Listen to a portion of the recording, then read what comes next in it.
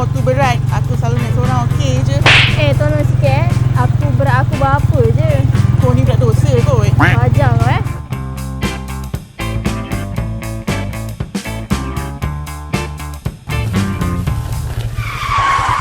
Tengok motor berada tu.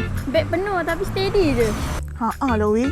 Masuk parking pun cun-cun je. Sekejap pergi tanya abang, tanya boleh? Abang puasa tak?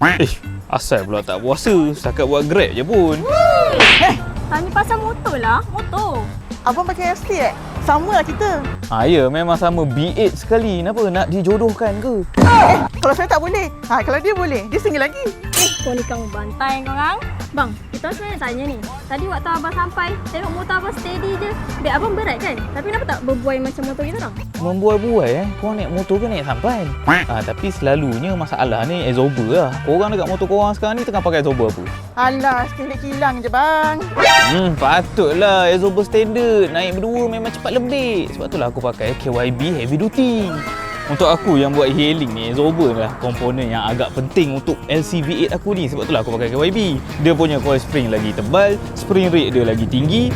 So tak kisahlah aku bawa full order berat ke, bawa orang yang berat ke, motor aku still steady.